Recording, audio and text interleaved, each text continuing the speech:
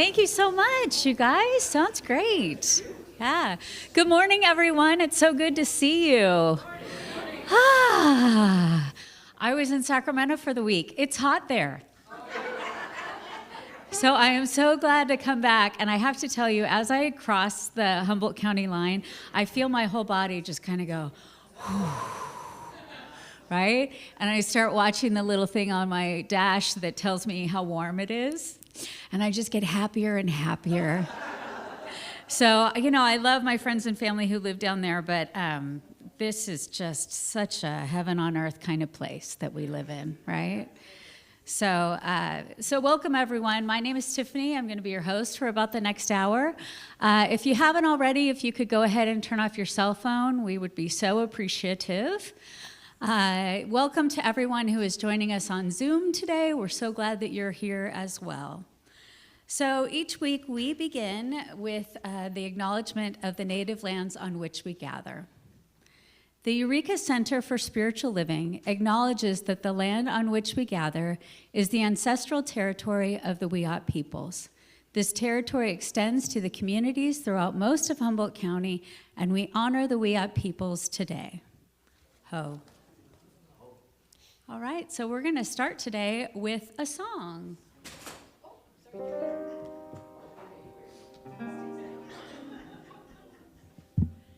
Please stand and join me in this rousing number.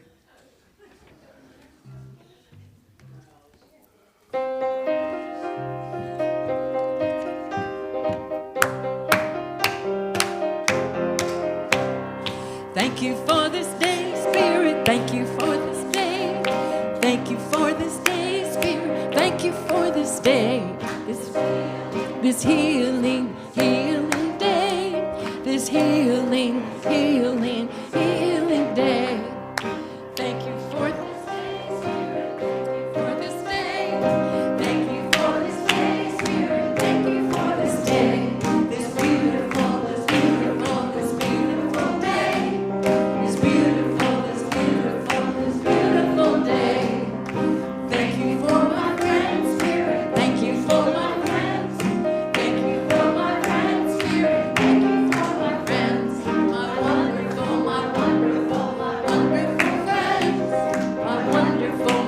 friends. My wonderful friends. Good job. Thank you, Donna.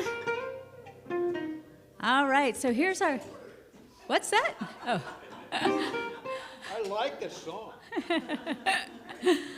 All right, so here is our opening affirmation. So if you'll join me in the first part and then turn to somebody and say the second part. We are a welcoming community where the vibration of love lifts us, the wisdom of the ages inspires us, and the science of mind teaching empowers us. I honor the path that brought you here this morning.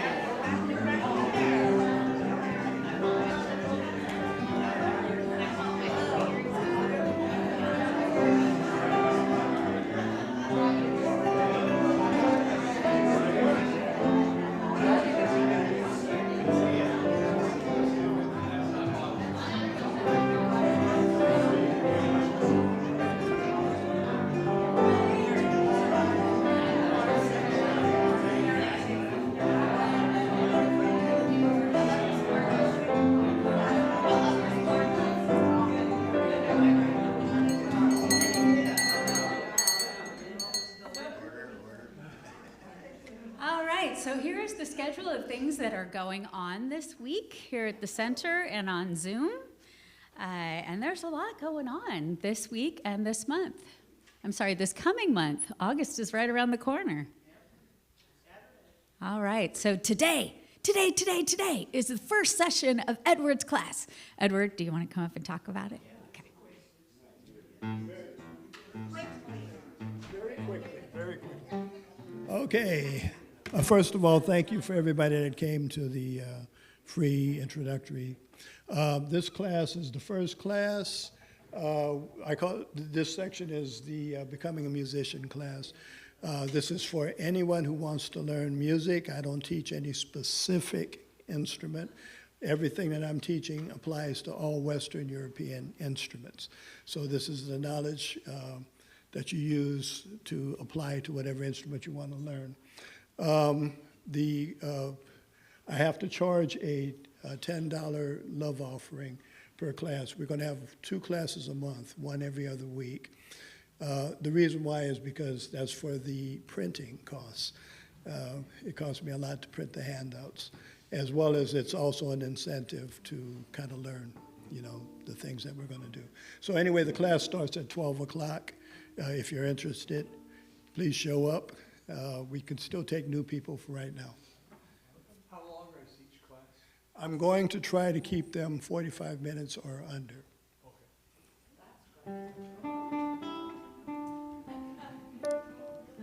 Thank you, Edward. All right, we are still looking for a moderator or moderators for our Zoom folks. So if you are interested in doing that, please talk to Reverend Angelica or Ari.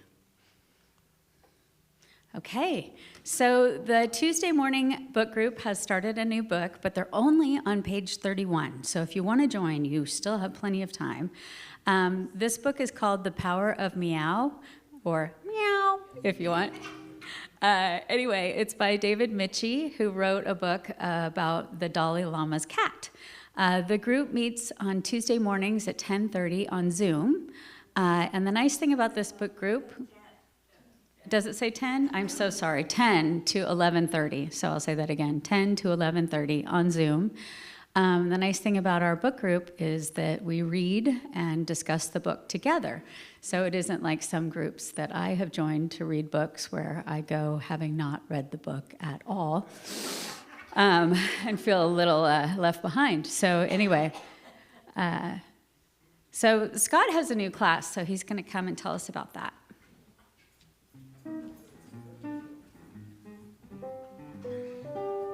Speaking of reading delightful books, I want to help lighten the mood among everybody, and one of the ways that we are going to do that is a fun little class on a book called Today I Noticed, and I have about a 30-second activity I'd like you to try to prove how well this works.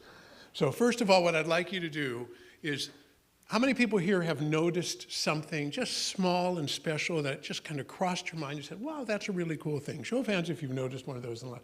Now, show of hands if you remember what it was. Yeah, okay. Therein lies the issue. We forget about these nice small observations we have that kind of fill our lives. So what I would like you to do, there'll be a little bit of cacophony here, but what I would like you to do is turn to somebody next to you, or for that matter, if you're really excited, you can go all the way to the back of the room or to the front of the room, and just tell the person or ask the person, what did you see recently that really inspired you? And let them answer, and then just take turns, just for like 30 seconds. And I want you to notice what happens in this room, and then I'll point it out. So find somebody close to you and tell them something or ask them something that they've noticed that lightened their heart.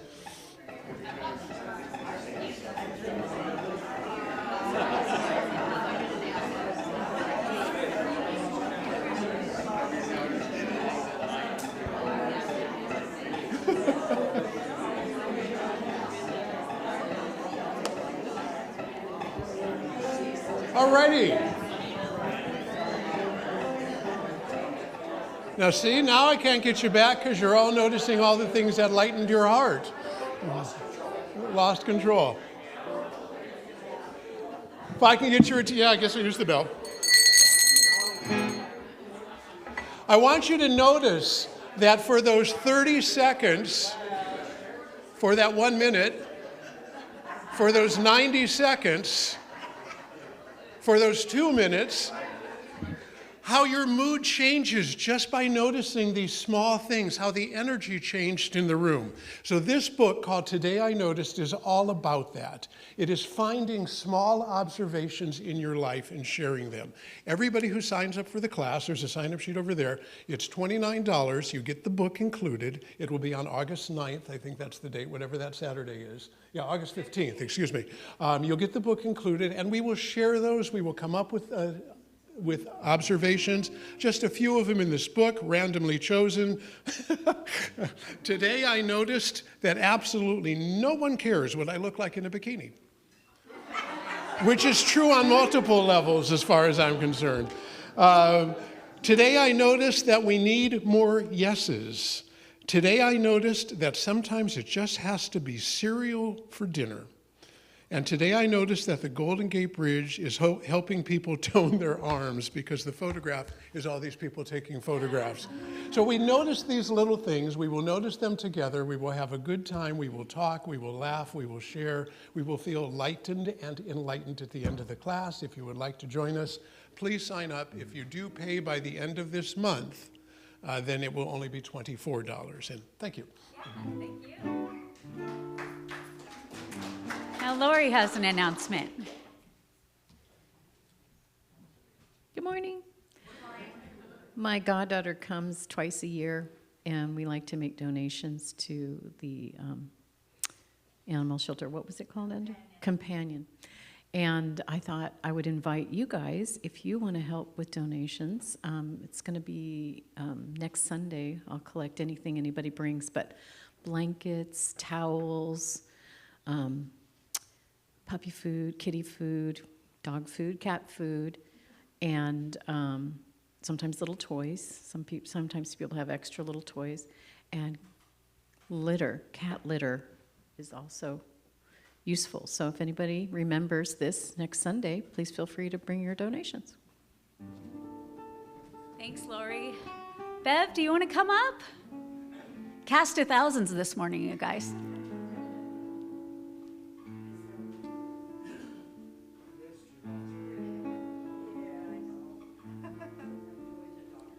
Good morning.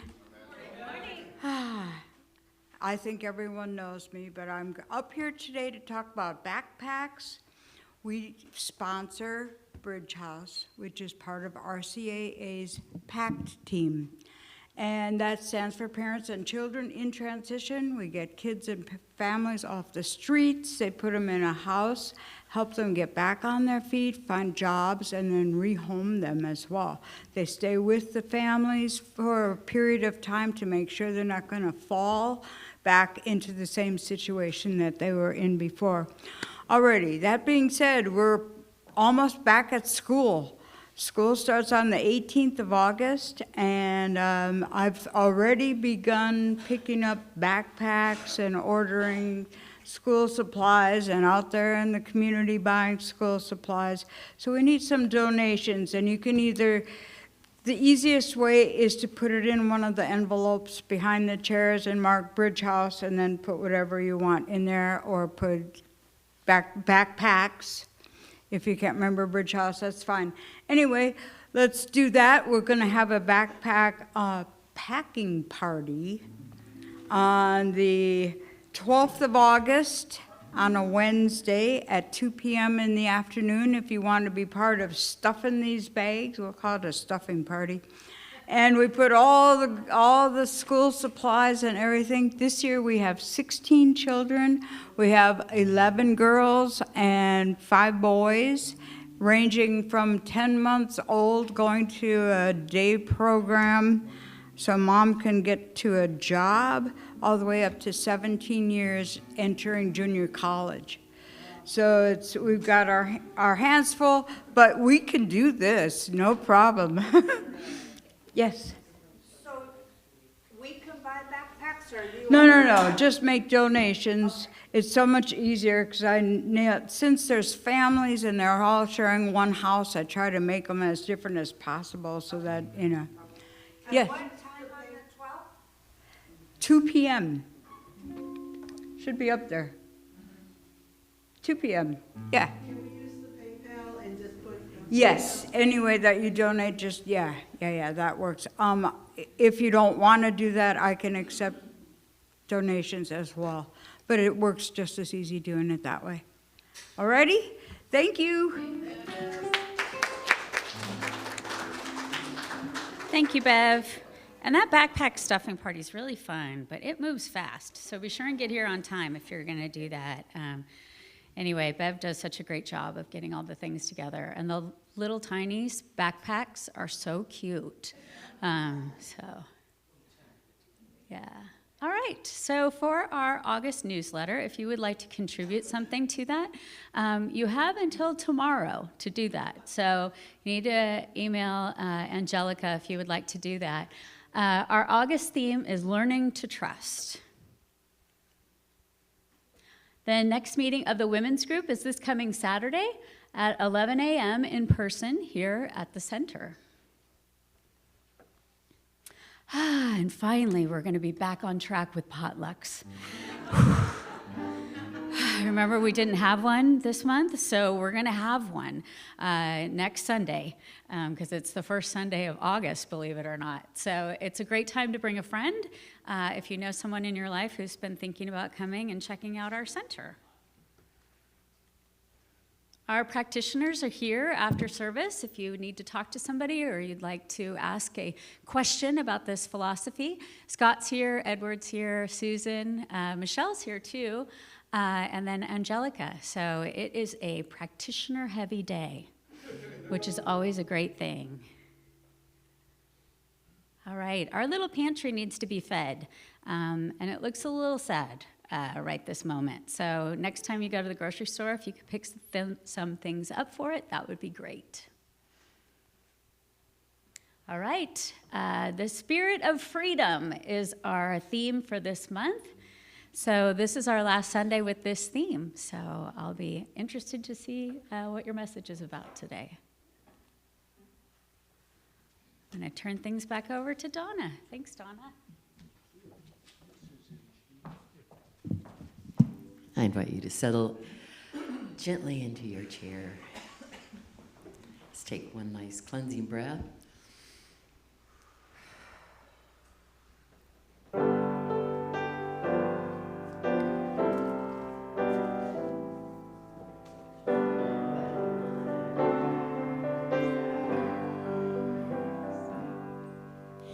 Open my eyes that I may see fullness of truth thou hast for me. Place in my hands the wonderful key that shall unclasp and set me free. Silently now I wait for thee. Ready, my God, thy will to see. Open my eyes, illumine me. Spirit divine, my eyes are open now, I see fullness of truth thou hast for me. My hands now hold the wonderful key that opens the door and sets me free. Joyously now I work with thee. Ready, my God, thy will to see. My eyes are open now, I see. Spirit divine.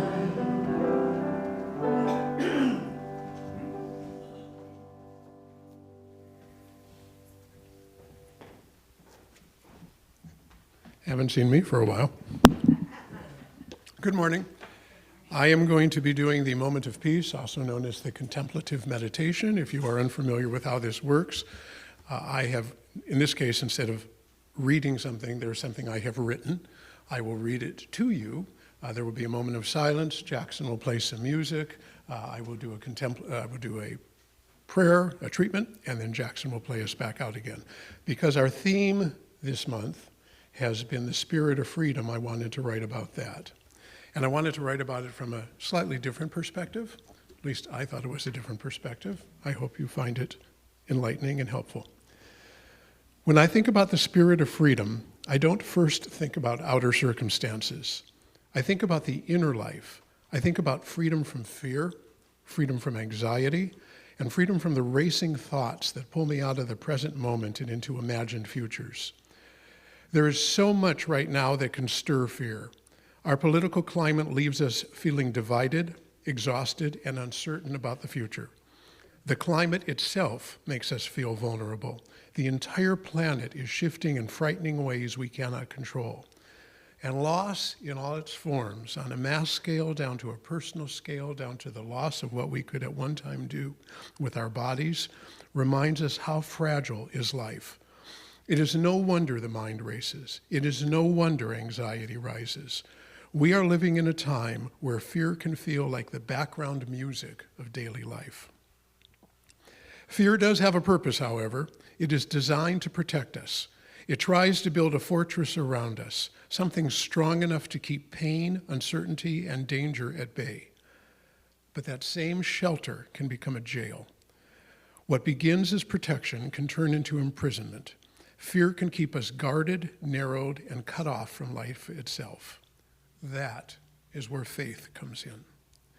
One of my biggest life lessons is that virtually every action and decision we make is the result of a conflict between fear and faith. When we are stagnant, it is fear that is holding us back. When we move forward, it is faith that is guiding us. Per Bob Marley, every little thing going to be all right. Faith does not deny what is happening. It does not pretend everything is easy, but faith invites us to get centered, to be where our feet are, and to remember that this moment is enough. For me, freedom is presence. Fear asks, what if everything goes wrong? Faith asks, what if I can trust this moment, this breath, this life? What could go right? Freedom is not found in control, but in trust, in listening to our connection to the greater all, in believing there is more to us than that which we see and feel. The spirit of freedom is not the absence of challenges, it is the presence of peace in the middle of these challenges. Each time we pause, breathe, and return to what is true, we step out of fear and into faith, and into a freedom no outer condition can take away.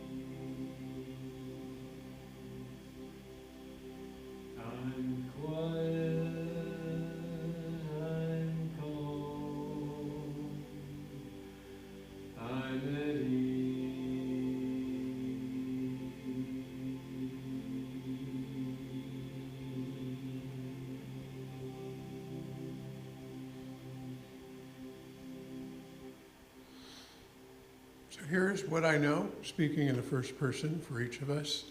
I know that everything is energy, that matter is just a slower form of energy. I know that I am energy, that we are energy, that everything around us is energy. And I know also that our thoughts, our feelings are all energy. I know that all of this energy is combined into one giant energetic force. I also know that energy can neither be destroyed nor created, but it can be directed, it can be controlled, it can be sent in the manner, it can be used in a fashion that helps us. And knowing that that is my choice, and knowing that all there is energy, and knowing that my energy contributes to the greater good and the greater beyond, I choose faith.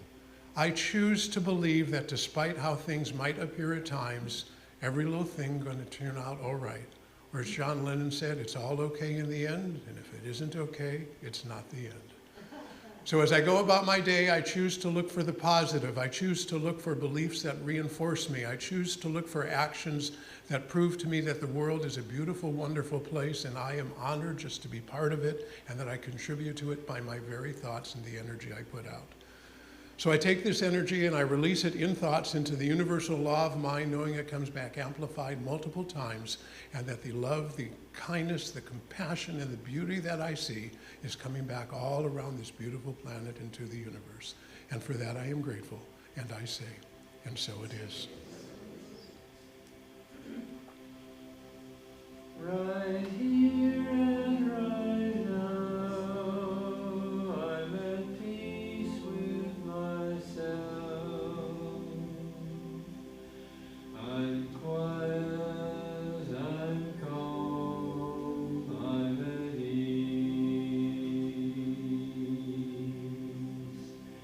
I'm quiet, I'm calm, I'm at ease.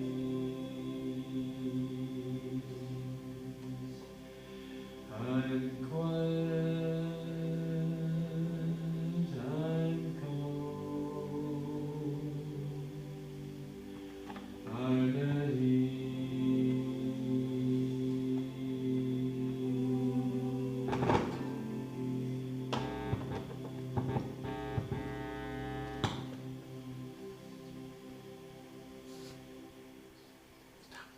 Thank you, Jackson.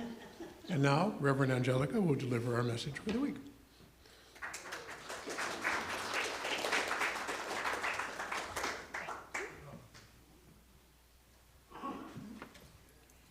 Jackson, is that something new? I don't remember hearing that before. No, it's not new.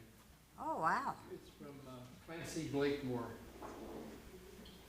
She has written a number of songs that Oh, okay. we've done through the years. I don't remember hearing that one before, but I like it. I think it's one I'll be singing during the week. I like it. So good morning, everyone, and good morning, Zoomers. Good morning. It's nice to see everybody this morning. Before I start my talk this morning, I wanted to mention something. A few weeks or months or whatever, a while ago, you might have remembered me saying that I wanted to make Sundays in summer fun. So next Sunday is not only our potluck Sunday, but it's going to be something totally different. I'm not going to tell you about it yet. You just get to come and experience it, but it'll be good. You'll enjoy it a lot. So my talk this morning is called Living Wide Open, and as Tiffany said, it's the end of our theme for this month. And you know, I was thinking about this the other day. Have you ever really noticed what the first question that comes to you in the morning when you wake up? You know, sometimes for me it's like, what do I have to do today? And sometimes is, oh God, what problem's gonna show up today? And yet, as I've been working with our teaching, which is something I'm doing constantly, I thought that maybe I need to wake up and declare something different. Now, I've told you before that I learned that Louise Hay, when she woke up in the morning, she started gratitude. She was grateful for her bed, her pillow, her blankets, the curtains, you know, the the room, I mean, everything that she could think of, she would declare gratitude before. And I played with that, and I like it. And yet I had this, when I was thinking about how do I want to set up my day, I thought, why don't I start out by saying, what beautiful life is waiting for me today? What beautiful life is waiting for me today? And so I thought about how differently I might move through my day if that was the question that I was carrying in my heart and in my mind. And, moving into, if you get my Friday message, you'll know that last Friday I wrote about watching an old series on TV. It's called Everwood. And one of the older characters in this show made a comment about Norman Rockwell that I couldn't stop thinking about after the episode was over. He said, Rockwell lived where gangs fought with each other with bicycle chains, and he painted the life he wanted to live. And so I had to go searching, and I looked at images on Google to see, well, what kind of paintings did Rockwell do? And it was what I remembered. It's always something really pleasant and gives you a good feeling. He painted people helping neighbors. He painted families gathered around the dinner table, children full of wonder, ordinary acts of kindness. And yet he was living during 2 world wars, the Great Depression, racial injustice, and enormous social change. So what I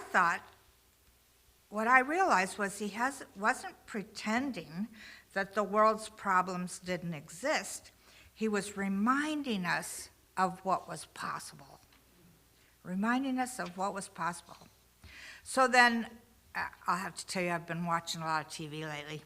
So the new Star Trek started, and I got all excited. Star Trek, Strange New Worlds. But what I realized is this is season 4. And I don't know how I missed seasons 1 through 3, but I decided I had to start watching it from the beginning. And what I got was that this particular show, is a prequel to the Star Wars that we all remember from earlier times. This was pre-Captain Kirk. And so this is Captain Pike. During one episode, he's sharing how the Earth, he's actually moderating, they're on another planet, whatever, he's moderating 2 warring factions. And he is sharing how Earth went through so many changes as various groups of people battled each other through wars and various weirdnesses. But in the end, after almost destroying themselves, they turned to peace. And of course, in the show, these 2 warring factions really listened to what he said and ended up declaring peace between each other. So as I looked at that, I realized something. Throughout history, the people who have most changed the world were ones who saw beyond what was currently happening. And as I look at our teaching, I realize that this is what we're supposed to be doing, not focusing on the things that are being thrown at us every single day, which immediately I think that and my whole body goes, it tightens up. I mean, there's fear and all kinds of stuff. So I started thinking about, well, who are some of the people that looked at what could be instead of what was? And so what I got was Norman Rockwell painted possibility. Gene Roddenberry imagined possibility.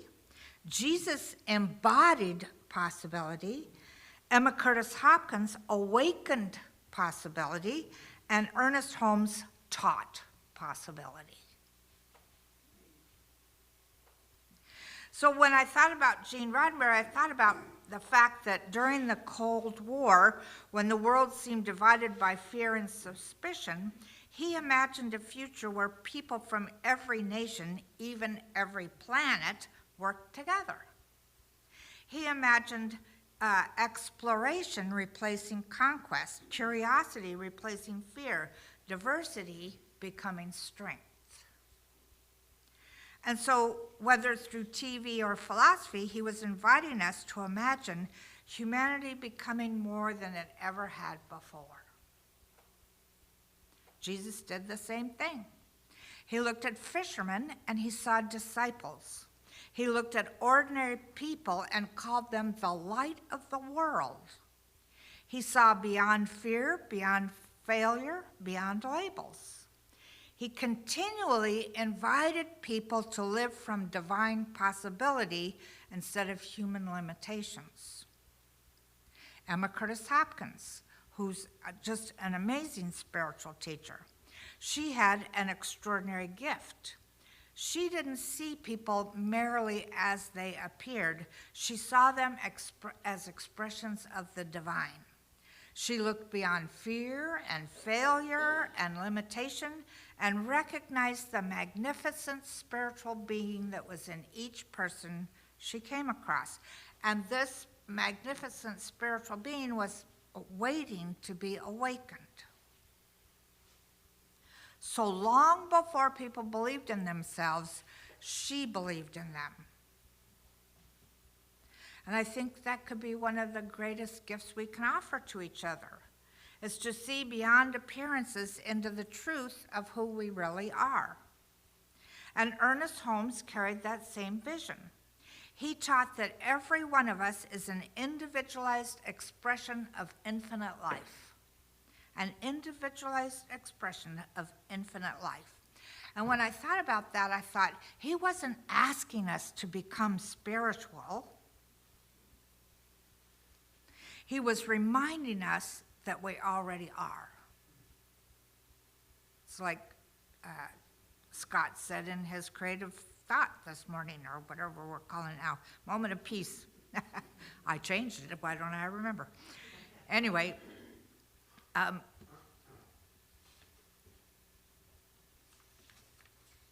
it's good to have these reminders, absolutely good to have these reminders. And when I think about this, I think about the fact that life is always seeking fuller expression through each one of us. Which brings me back to the question that I suggested for mornings. I suggested, what beautiful life is awaiting for me? And instead I thought, wait a minute, what it should be is what beautiful life is waiting to express itself through me. What beautiful life is waiting to express itself through each one of us?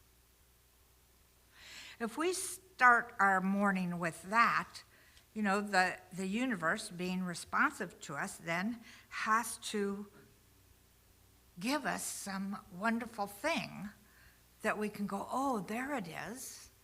There's that beautiful life. And so what I got was, that's a really different way to start our day.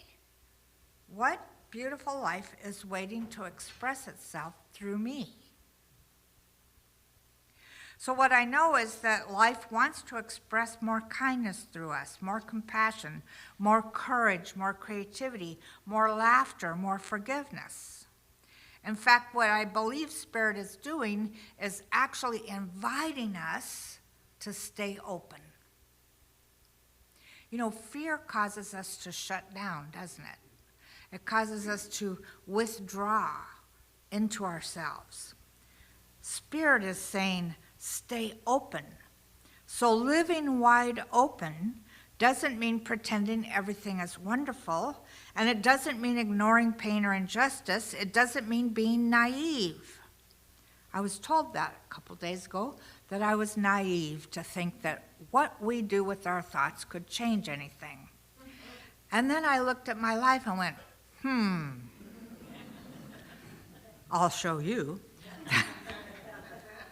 Remember my theme last week as a kid, I'll show you. So, what I know is Spirit is moving us beyond that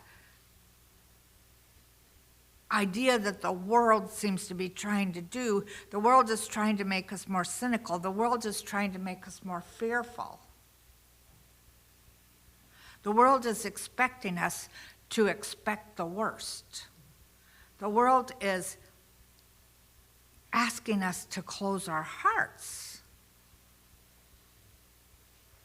And Dr. Holmes, in this wonderful teaching, says Spirit keeps whispering, stay open just a little bit longer. Now, I know that this is something I fully believe in, that right before everything turns out wonderfully, it goes to hell. So I've seen all kinds of things, and you have too, in this past year. We've seen lots of stuff that scared us, lots of stuff that we didn't approve of, lots of stuff. I mean, these thoughts are going through my head right now that I could repeat, but no, I better not. All I know is that I have felt that every day I have been given some other little piece of fear, something else to be afraid of. And yet, what I know is that every great spiritual teacher, every great artist, every great visionary has quietly asked us this question: will you live from what is or from what is becoming? And who's creating the becoming? We are. This is one of the things I love about our teaching, is that we have the power within us to first change ourselves, and then as we change ourselves, we start attracting people that have changed themselves, and then we start seeing more good everywhere. There's a gentleman who has a reel on Facebook that every morning he puts out a really positive story. And I would much rather watch that than read the news. What I've realized over these past months is that the news, in order to keep its ratings up or whatever, it feels like it has to titillate us or make us afraid or whatever. And so, for me, I would much rather watch something or hear something about something good that's happening in our world. And all you got to do is look for it, and you'll find it. And what I know is that the future doesn't begin someday. It begins in the vision we choose to live right now. So what is your vision? Really look at that this week. What vision do I have? And for God's sake, turn off the TV or turn to another channel. Stop fixating it. And I know how hard that is, because there's a part of me that sits down at my computer and there's one little thing in the corner that will tell you what the weather is, but then you click on that and it also tells you what the news is. And, I don't look at that anymore. It doesn't serve me to look at it anymore, because I end up getting all tied up in knots. So this week, let's live wide open. The beautiful life we've been waiting for has been waiting for us to open the door. Let's do that today. So join me in treatment.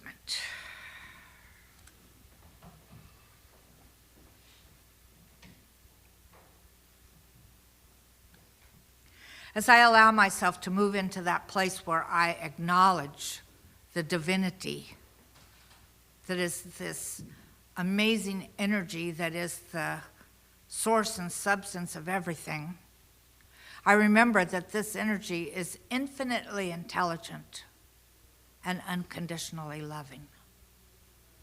And so I open my arms, I open my heart, I open my whole being to remember that what I'm thinking and feeling, the universe is responding to.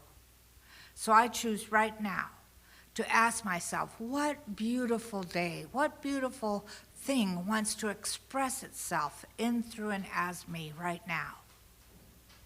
And then I let myself see the beauty around me, whether it's nature, whether it's animals, whether it's people, no matter what it is. We let ourselves be open and receptive to acknowledging it, to seeing it and acknowledging it. Because the more we do that, the more we get to see and acknowledge. And so I celebrate us being in this teaching, being willing to open our hearts and minds to a greater today and a greater tomorrow. I know that something beautiful, something amazing is happening. And so I let it happen. And I let myself and I let us see this amazingness. And it's a good thing, a very good thing. So I release these words into the law, knowing that they are already so, and so it is.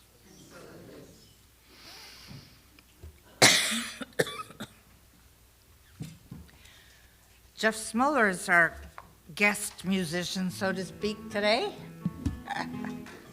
Let's give him a hand. Is this on? It's not. Okay. Hi there. Hi. Okay.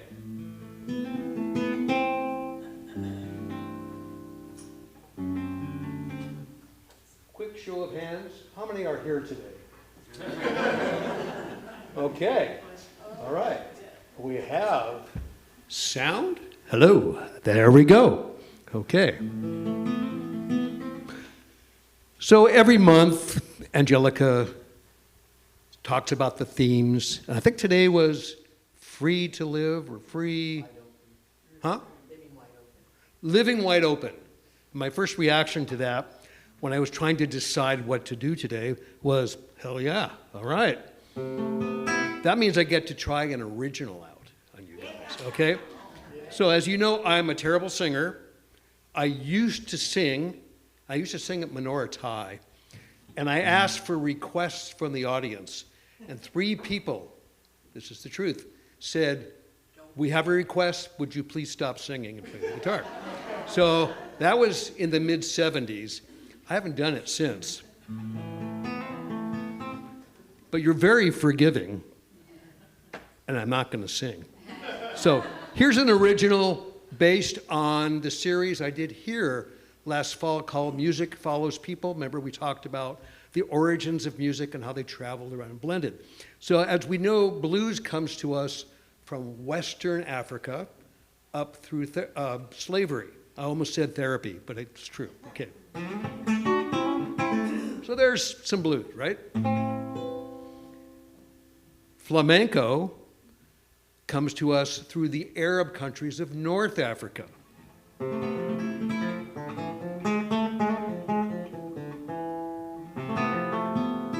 And it mixed with Spain. And somehow it ended up in California. So here's flamenco blue.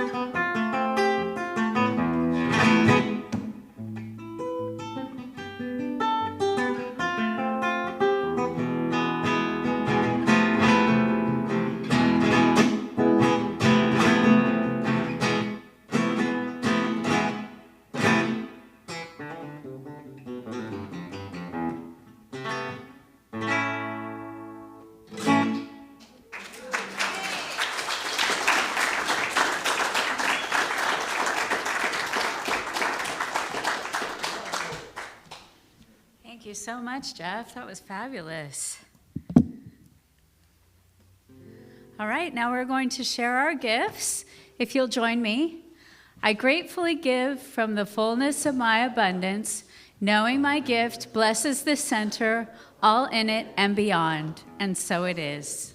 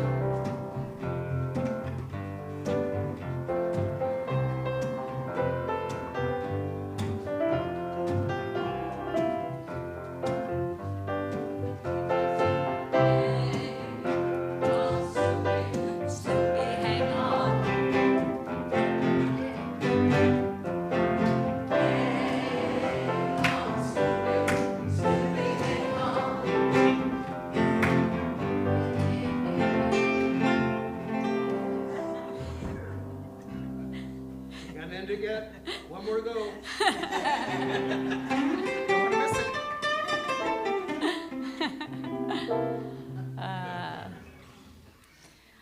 I gratefully accept these gifts on behalf of our center, knowing that they bless our community. They bless Bridge House, and they bless the other things in our community that we want so much to thrive, including our own center. And so it is. Thank you. Is there somebody who'd be willing to come up and read our community statement of inclusion? Yay! And Olivia, please, come on up.